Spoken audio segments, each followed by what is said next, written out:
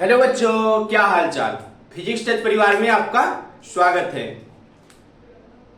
Class 12th की physics हम लोग पढ़ रहे थे, जिसमें से हमारा दूसरा चैप्टर चल रहा था। उसमें थोड़े बहुत टॉपिक हम लोगों ने कवर किया था, जिसमें हम लोगों ने पढ़ा था अभी तक डाइपोल के द्वारा कैसे पोटेंशियल निकाला जाता है किसी भी स्पेसिफिक पॉइंट पर, और सिस्टम ऑफ चार्ज के द्वारा कैसे किसी पोटेंशियल को निकाला जाता है। ये बातें हम लोग जान लिए थे। आज इसके आगे पढ़ेंगे। जैसा कि मैंने आपसे कहा था, आज हम लोग पढ़ेंगे किसके कारण। तो आज हम लोग पढ़ेंगे electrostatic potential due to an dipole at any point P R comma theta.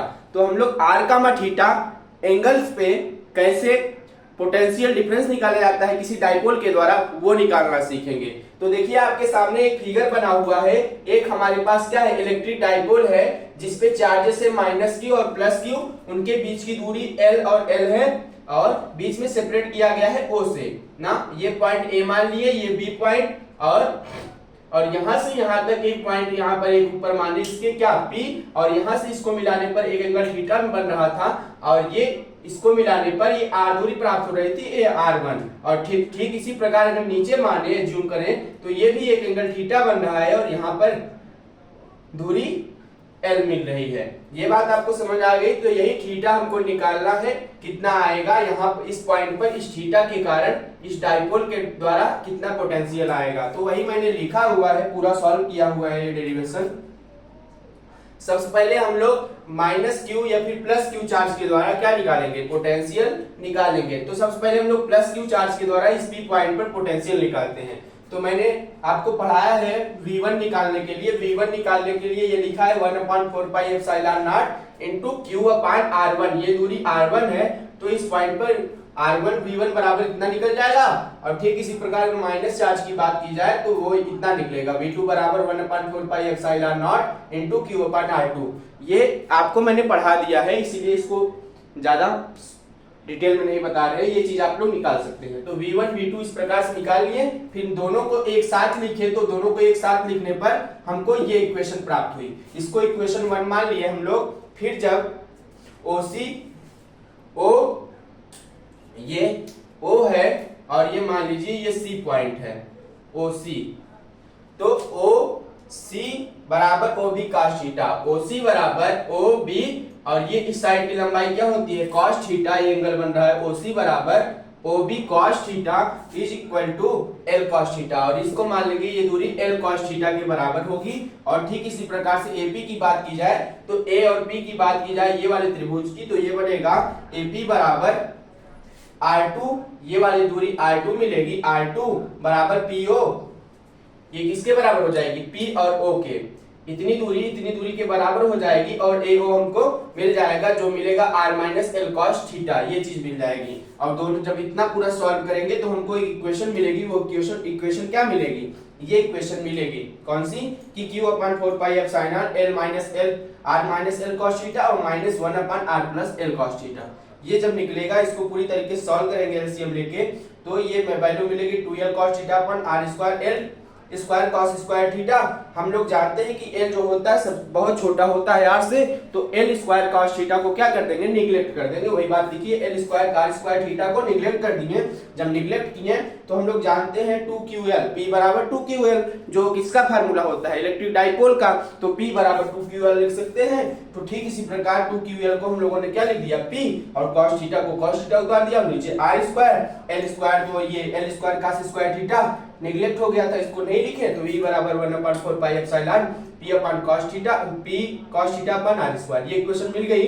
अगर यही बात हम लोग थीटा पॉइंट पर निकालना सीखे, एक्सियल पॉइंट पर और इक्वेटोरियल पॉइंट पे, एक्सियल पॉइंट पे थीटा बराबर 0 लेकर चलेंगे, तो इक्वेशन 1 से हमको क्या मिलेगा, इक्वेशन 1 से मिल जाएगा 1/4 pi epsilon not P upon R square. और ठीक इसी प्रकार अगर इक्वेटोरियल पोजीशन ऊपर इस P पॉइंट की बात करें, तो थीटा बराबर अगर 90 डिग्री रखेंगे तो हमको पोटेंशियल कितना मिलेगा, वो 0 मिलेगा। तो ये पूरी बात थी आपकी इलेक्ट्रोस्टैटिक पोटेंशियल R और थीटा पे निकालने की बात। ठीक, ये क्वेश्चन आपके ज्यादा नहीं पूछते, ये वाला डेरिवेशन अधिकतर आपसे पूछता है वो वाला जो मैंने कल पढ़ाया था, इलेक्ट्रिक डाइपोल के द्वारा एक्सियल और इक्वेटोरियल पॉइंट पर निकालना, वो बात पूछता है। तो इसको आप लोग जान लीजिए, बस इतना बहुत है। अगर बनाना चाहे तो बना सकते हैं इसका डेरिवेशन। इसको इरेज कर रहे हैं, अब आगे हम लोग पढ़ेंगे, क्या पढ़ेंगे, तो अगला टॉपिक हमारा है इक्विपोटेंशियल सरफेस। इक्विपोटेंशियल सरफेस, इसको इरेज करते हैं।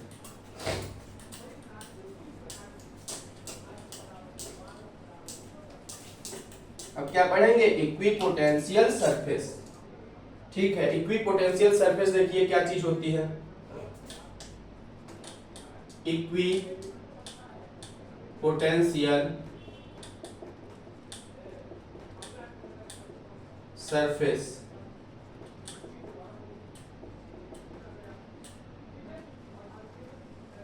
इसको हम लिख दे रहे हैं पूरा। ठीक है, एक मिनट रुकिए। तो देखिएगा पूरी बात लिखी गई है क्या कि इक्विपोटेंशियल सरफेस होता क्या है। तो इक्विपोटेंशियल सरफेस, जैसा कि इसके नाम से पता चल रहा है, इक्विपोटेंशियल, इक्वी मतलब इक्वल, पोटेंशियल मतलब विभवांतर, सरफेस मतलब कोई भी सरफेस हो, पृष्ठ हो जिसमें लंबाई हो, चौड़ाई हो, ऊंचाई हो, उसको क्या बोलते हैं, सरफेस। इक्विपोटेंशियल सरफेस ऐसा पृष्ठ जिस पर सभी जगह पर पोटेंशियल यानी कि विभवांतर का मान समान रहे। तो लिखा गया है any surface which have same electrostatic potential at every point on it is called equipotential surface. The difference property of equipotential surface are following. तो इक्विपोटेंशियल सरफेस होता क्या है, जहां पर पोटेंशियल हर जगह पर बराबर बराबर रहे। तो कुछ जो है उसकी प्रॉपर्टी इक्विपोटेंशियल की आपके सामने इस बोर्ड पर बनाई गई है, तो देखते हैं। तो एक तो इसकी प्रॉपर्टी होती स्ट्रॉन्ग इलेक्ट्रिक फील्ड। ईएफ मतलब, ईएफ का मतलब इलेक्ट्रिक फील्ड ना। तो यहां पर देखिए ये जो इसकी फील्ड दिख रही होगी ये बहुत पास पास दिख रही होगी। जो सर्कल बनाए हैं इस आपके सामने, ये सर्कल देखिए, इस सर्कल क्या है, थोड़ी थोड़ी दूरी पर बने हैं ना, सटे बने हैं, पास पास में है, इसलिए यहां पर क्या है, इलेक्ट्रिक फील्ड बहुत ज्यादा लग रही है। और यहाँ पर सर्कल देखिएगा आप तो दूर होते जा रहे हैं। सर्कल यहाँ पर क्या थे, कंजस्टेड थे, नजदीक थे, और यहाँ पर क्या हो रहे हैं, सर्कल देखिए दूर होते जा रहे हैं। इनके बीच की लंबाई, दूरी ज्यादा होती जा रही है। अगर दूरी ज्यादा हो रही है तो इक्विपोटेंशियल सरफेस क्या हो रहे हैं, बढ़ रहे हैं, दूर हो रहे हैं। लेकिन अगर पास पास है इनकी इलेक्ट्रिक फील्ड तो यहाँ पर पोटेंशियल डिफरेंस हर जगह क्या है, स्ट्रांग है, ज्यादा है इलेक्ट्रिक फील्ड इसकी, और यहाँ पर कम होते जा रहे हैं जैसे जैसे दूरी बढ़ रही है। और यहाँ तो बहुत ज्यादा दूरी बढ़ गई इस सर्कल की, इस इलेक्ट्रिक फील्ड की, तो इसके अंदर क्या हुआ, पोटेंशियल बहुत कम हो गया। सबसे ज्यादा स्ट्रॉन्ग पोटेंशियल की बात की जाए तो इस वाले फिगर में है, उसके बाद इसमें है, फिर इसमें। तो स्ट्रॉन्ग इलेक्ट्रिक फील्ड इसमें लगेगी पहले, जो सबसे ज्यादा घना है। उसके बाद जैसे जैसे दूरी बढ़ेगी वैसे वैसे पोटेंशियल कम होता जाएगा और इलेक्ट्रिक फील्ड उसकी दूर जाने पर कम होती जाएगी। यही फिगर बना हुआ है। और सेम ये बात उसी बात की है कि इलेक्ट्रिक फील्ड लाइन्स हम लोग पढ़े थे पहले चैप्टर में। तो इलेक्ट्रिक फील्ड लाइन मैंने आपको पढ़ाया है। इलेक्ट्रिक फील्ड लाइन जिस प्रकार से होती है ठीक उसी प्रकार से इक्विपोटेंशियल सरफेस होता है। और एक बात कि ये एक दूसरे को बाइसेक्ट नहीं करती हैं। बाइसेक्ट करने का मतलब एक दूसरे को काटती नहीं है। ये जो लाइनें हैं एक दूसरे के ऊपर चढ़ती नहीं है, एक दूसरे के ऊपर देखिए कहीं क्रॉस कर रही हैं तो सब अलग अलग क्या बना रही हैं, अलग अलग एरिया कवर कर रही हैं। कोई एक दूसरे को काट नहीं रहे, बाइसेक्ट नहीं कर रही हैं। इसका मतलब ये हुआ ये बाइसेक्ट क्यों नहीं कर रही हैं। अब आपके मन में क्वेश्चन आया होगा कि सर ये बाइसेक्ट क्यों नहीं कर रही है, एक दूसरे को काटती क्यों नहीं है इलेक्ट्रिक फील्ड लाइन से किसी पोटेंशियल इक्विपोटेंशियल सरफेस पे। तो इसका जवाब है बच्चा पार्टी इसलिए नहीं काट रही हैं क्योंकि अगर हम लोग पढ़े हैं कि अगर ये जो सर्कल बनता है अगर इसके परपेंडिकुलर कोई भी लाइन ड्रॉ करते हैं तो वो बन जाती है हमारी इलेक्ट्रिक फील्ड ना। इसके परपेंडिकुलर ऐसे एक लाइन ड्रॉ करते हैं तो हमारी क्या बन जाती है, इलेक्ट्रिक फील्ड बन जाती है। इलेक्ट्रिक फील्ड, इलेक्ट्रिक फील्ड को दर्शाने लगता है। तो इसीलिए एक दूसरे को बाइसेक्ट नहीं करती हैं। इसलिए नहीं करती हैं, अगर मान लीजिए एक के ऊपर दूसरा बाइसेक्ट कर गया ऐसे, तो यहां पर आप लोग देखेंगे जहां पर बाइसेक्ट कर रहा है वहां से इधर भी इलेक्ट्रिक फील्ड बन जाएगी, यहां से बाइसेक्ट कर रहा है तो इधर भी बन जाएगी, इधर भी बन जाएगी। आप हर चारों दिशा में से बना सकते हैं इलेक्ट्रिक फील्ड लाइन। तो इलेक्ट्रिक फील्ड लाइंस बच्चा पार्टी एक ही बननी चाहिए। यहाँ पर डायरेक्शन अलग हो जा रही है इलेक्ट्रिक फील्ड की, इलेक्ट्रिक फील्ड की हमारी डायरेक्शन अलग नहीं होनी चाहिए, सिर्फ हमको इलेक्ट्रिक फील्ड की डायरेक्शन एक मिलनी चाहिए, एक डायरेक्शन मिलनी चाहिए। अगर एक दूसरे को बाइसेक्ट करती है, काटती हैं, तो वहां एक से अधिक डायरेक्शन मिलने लगती है इलेक्ट्रिक फील्ड की, इसीलिए ये एक दूसरे को बाइसेक्ट नहीं करती हैं। और हम आप जानते हैं कि इलेक्ट्रिक फील्ड लाइंस अगर एक दूसरे को बाइसेक्ट करती हैं, दो डायरेक्शन इलेक्ट्रिक फील्ड की लाइन की नहीं होती है, सिर्फ एक डायरेक्शन होती है। तो ये बात कंफर्म होती है, इसीलिए जो होता है बच्चा, ये एक दूसरे को इलेक्ट्रिक फील्ड लाइंस नहीं काटती हैं। और क्या बात, और इसकी एक बात है कि इसके अंदर जो होते हैं पोटेंशियल वर्क डन ना, तो इसके अंदर वर्क डन जो होता है टेस्ट चार्ज द्वारा, जैसे हम लोग ला रहे थे किसी टेस्ट चार्ज को, पोटेंशियल किसी भी इलेक्ट्रिक फील्ड के अंदर जब हम लोग टेस्ट चार्ज को लाते हैं, उसको कुछ कार्य करना पड़ता है उसके अंदर लाने में। कोई भी अगर क्या होता है, इलेक्ट्रिक फील्ड होती है किसी चार्ज की, अगर उसके बाहर क्षेत्र से कोई भी टेस्ट चार्ज उसकी एरिया में लाया जाता है, तो उसके ऊपर कुछ फोर्स लगती है, और जब वह उस फोर्स को काटता है, काटने का मतलब है कि जब उसकी फोर्स उसके एरिया में आना चाहता है, तो उसको क्या करना पड़ता है, कुछ कार्य करना पड़ता है, कुछ ऊर्जा खर्च करनी पड़ती है। तो लेकिन अगर इसके ये बात हुई कि अगर इसके एरिया में अगर कोई टेस्ट चार्ज रहे, जैसे ये सर्कल बना हुआ है, अगर इसके एरिया में कोई भी अगर टेस्ट चार्ज रहता है ना, तो उसको कार्य नहीं करना पड़ता, वो आसानी से इसकी एरिया में घूम फिर सकता है। इसके जो बॉर्डर बना हुआ है, सर्कल बना हुआ है, अगर इसके अंदर पहले से ही टेस्ट चार्ज रखा हुआ है, तो इसको कार्य करने की जरूरत नहीं है। ये बिना कार्य किए इस पूरे एरिया में, इलेक्ट्रिक फील्ड एरिया में ये घूम फिर सकता है, टहल सकता है बिना कार्य किए। ये बात आपको समझ में आई कि क्या चीज है इक्विपोटेंशियल सरफेस। इक्विपोटेंशियल सरफेस कहने का सिंपल सा मतलब है जहां पर पोटेंशियल का मान, विभवांतर का मान सब जगह क्या रहे, समान रहे, एक ही वैल्यू आए। आप चाहे इस टेस्ट चार्ज को पहले वाले सर्कल पर रख दीजिए, चाहे दूसरे वाले सर्कल पे, चाहे तीसरे, चाहे चौथे, इसकी इलेक्ट्रिक फील्ड में जहां तक सर्कल बना हुआ है, इस टेस्ट चार्ज को चाहे जहां रख के वैल्यू निकालेंगे ना, सेम वैल्यू आएगी। इसका मतलब यही है कि इक्विपोटेंशियल सरफेस जो होता है, वहां पर टेस्ट चार्ज का मान हमेशा बराबर होता है और एक दूसरे को काटती नहीं है। काटती क्यों नहीं है मैंने बता दिया, और ये कहीं भी रह सकते हैं, इनको कार्य नहीं करना पड़ेगा, ये बात समझ में आई। और पोटेंशियल सब जगह पर बराबर रहता है, ये बात आपको समझाई।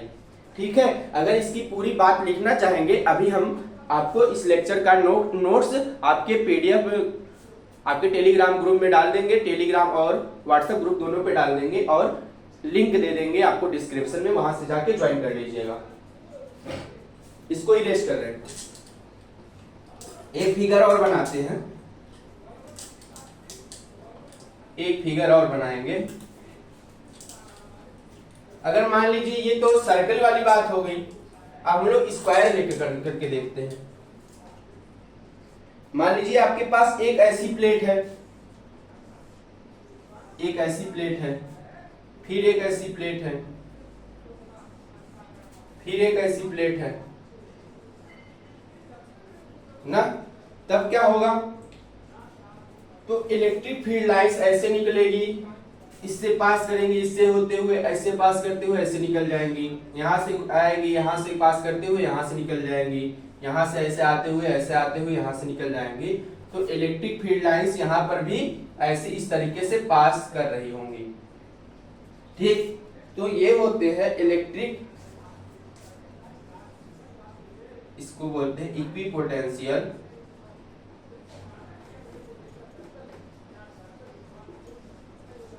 सरफेस। क्या बोलते हैं, इक्विपोटेंशियल सरफेस, जहां पर, और ये क्या बना रही, ये है हमारी इलेक्ट्रिक फील्ड। क्या है, इलेक्ट्रिक फील्ड, ये सब क्या है, इलेक्ट्रिक फील्ड है। ठीक है, बात समझ में आई क्या चीज है। तो जो फिगर बना हुआ है आपका सामने, देख रहे हैं कि प्लेट बहुत सारी है, प्लेट के अंदर से क्या पास हो रही है, तो इलेक्ट्रिक फील्ड लाइंस पास हो रही हैं, और हर जगह पर पोटेंशियल इनका समान रहेगा। इस इलेक्ट्रिक फील्ड का हर जगह पर पोटेंशियल क्या रहेगा, समान रहेगा, वो कोई भी प्रकार की प्लेट हो सकती है। तो ये बात आपको समझ में आ गई, इक्विपोटेंशियल सरफेस क्या चीज होती है और डाइपोल के द्वारा आर और थीटा पर कैसे पोटेंशियल निकाला जाता है, ये बात समझ में आती है आपको। ठीक है, तो बच्चों आज के लिए बस इतना ही, क्योंकि लेक्चर बड़ा होता है तो आप लोग देखते नहीं है पूरा, तो थोड़ा थोड़ा पढ़िए, आपके पास समय है अभी। आज का टॉपिक हमारा बस यही तक रहेगा। अगले क्लास में हम लोग क्या पढ़ेंगे, अगले क्लास में पढ़ेंगे electrostatic potential energy of A system of charge, और क्या electrostatic potential of A system of 2 point charge. उसके बाद हम लोग पढ़ रहे होंगे relation between electric field and potential. अब इसके बाद हम लोग पढ़ेंगे relation between electric potential and किसमें, और पढ़ेंगे इलेक्ट्रिक फील्ड और पोटेंशियल में डिफरेंस पढ़ेंगे, उनके बीच में रिलेशन क्या होती है, ये बात हम लोग अपने नेक्स्ट आने वाले वीडियो में पढ़ रहे होंगे। मिलता हूं आपसे नेक्स्ट वीडियो में, तब तक के लिए जय हिंद।